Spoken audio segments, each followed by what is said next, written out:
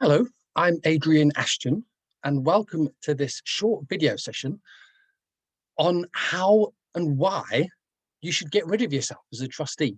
Now, okay, let's start with why this sounds a bit odd to begin with, because you've thought long and hard about if you should become a trustee of this charity or not. You've gone through a process of talking about it with other people, reading up around it, thinking about what it means, and you've already invested a lot of time and energy into understanding the charity and its relationships, getting to know some of the people within it, meeting other trustees, and also going through an induction process. So why would you want to be thinking about getting rid of yourself before you've even really got started? And that's the idea of this session, because actually succession, as it's called, is one of the issues that charities, I think, struggle with, because we don't talk about it enough. And because we don't talk about it and we don't think about it, it causes problems for the charity in the future. So the idea of this session is to go through how does it usually work, why is it a good idea, and how do you make it manageable and also most beneficial for the charity and for yourself. So let's start with how it normally works. If any of you have been a trustee before, this may be your experience, or it may seem familiar to you from conversations you've had with other people who are trustees. Generally speaking, charities recruit trustees when they need them, because someone's leaving, because the charity says, oh, something's changed and we suddenly need somebody who can help us keep a better eye on HR or on marketing, or somebody who has a good connection and insight with the local health commissioning bodies. So it's never really properly planned. It's very reactive, so ad hoc. And usually when those people come in, there's a conversation that they're invited to have, that they said, okay, have a chat with the chair, come and meet some of the other trustees. And if you think you want to do it, great, sign up. And then here is your induction pack, if you're lucky. So you maybe get a copy of the Constitution, maybe a set of the accounts, but generally speaking, it's quite informal and light touch. And that's okay. It's responsive, it's quick. But how do you know that that's what's in the best interest of the charity? That's what the charity really needs at that time. So this is the business case as to why we might need to think about succession, or us going and other people coming in, how we are succeeded as trustees in the charity. Well, firstly, it's about getting stayed and getting stuck. There is historically a lot of smaller charities, and you may be aware of some of these, you may have seen some of them yourselves, where it's always been the same trustees on the board of them. And as a result, everybody thinks, well, they seem to be enjoying it, they must be happy to carry on, so why do I need to keep doing it? Why should I become a trustee? And the difficulty then becomes, it becomes a self-fulfilling prophecy, because those trustees then say, well, we better carry on because no one else wants to step forward as a trustee. And as a result, no one challenges them. There's no new blood coming in with new ideas, or just to ask awkward questions to say, well, look, why do we do it this way? And the other trustees say, well, we've always done it this way because that's how we were set up. And okay, that was then, this is now. Maybe some of our thinking needs to change. Without those fresh perspectives, you get stuck. Things start to go bad. Also, planning for the process means that there's less shock in the system as well. So we're all familiar probably of when suddenly somebody leaves a post unexpectedly.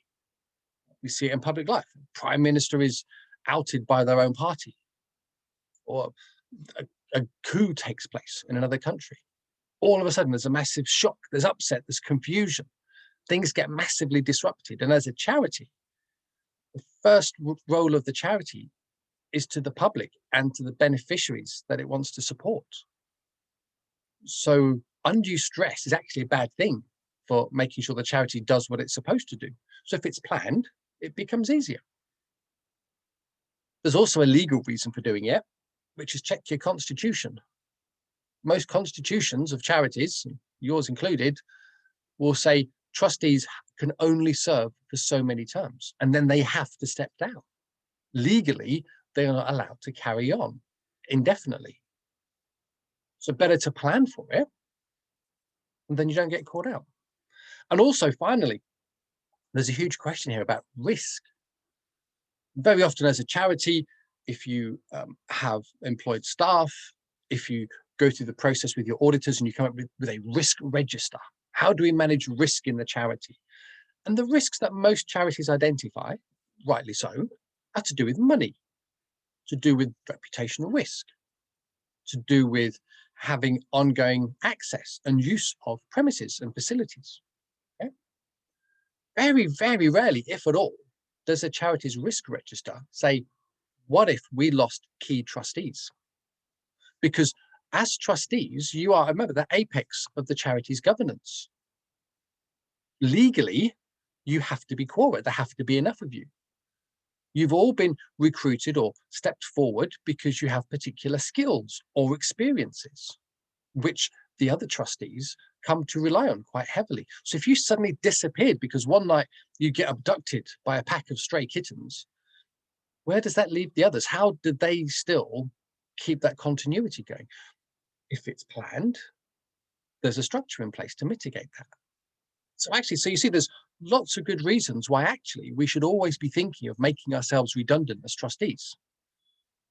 It's just that that time frame, that window we take, how long do we have to make ourselves redundant? Can be, we count it in the years, not the months, in the years. So it's not a sudden shock when it comes. And it doesn't distract us from getting on with the day-to-day of being a trustee. So hopefully that's kind of won you over as to why you think managing and planning succession is a good idea. But how do you do it? Well, some prompts here for you to start thinking about. Hopefully, as trustees, as part of your induction pack and the materials, there were already defined descriptions about, as a trustee, these are the skills we need. This is the knowledge we need. This is the support we can offer people. There should also be an ongoing process that says, actually, how do we make sure when the right trustee pops up or would-be trustee pops up, we can grab them. Let's not wait until we need someone.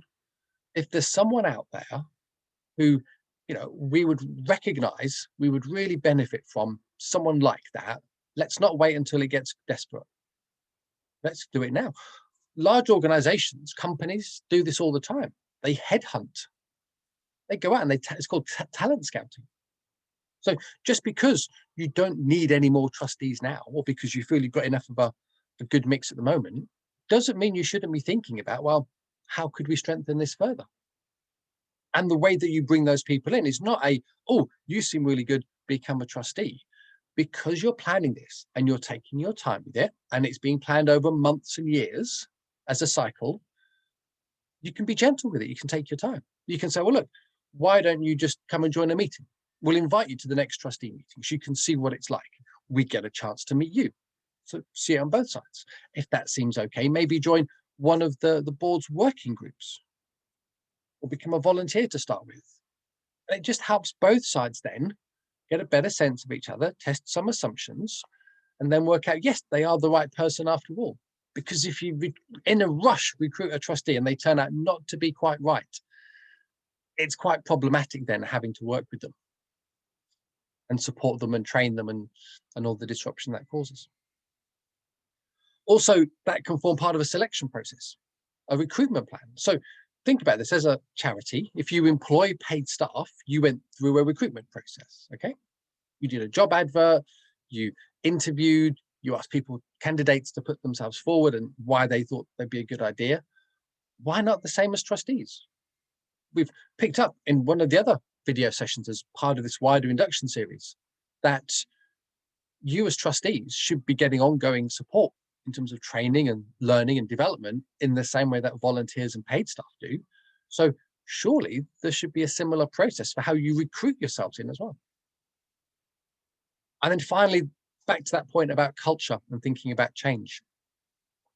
There's something quite important that changes, because when someone goes and someone joins, it upsets the dynamic. The way that we used to work changes subtly. There's a kind of famous management model called Tuckman's development cycle, called form, storm, norm, perform. When a group comes together for the first time, it's forming itself. It's agreeing what its purposes are. Storm. The storming stage is when everyone's vying for position. Can we do this? Can we do that? What's acceptable? What's not acceptable? Norming is when we agree those practices, those procedures, those policies. And performing, finally, the group gets around to being able to get on with the job in hand.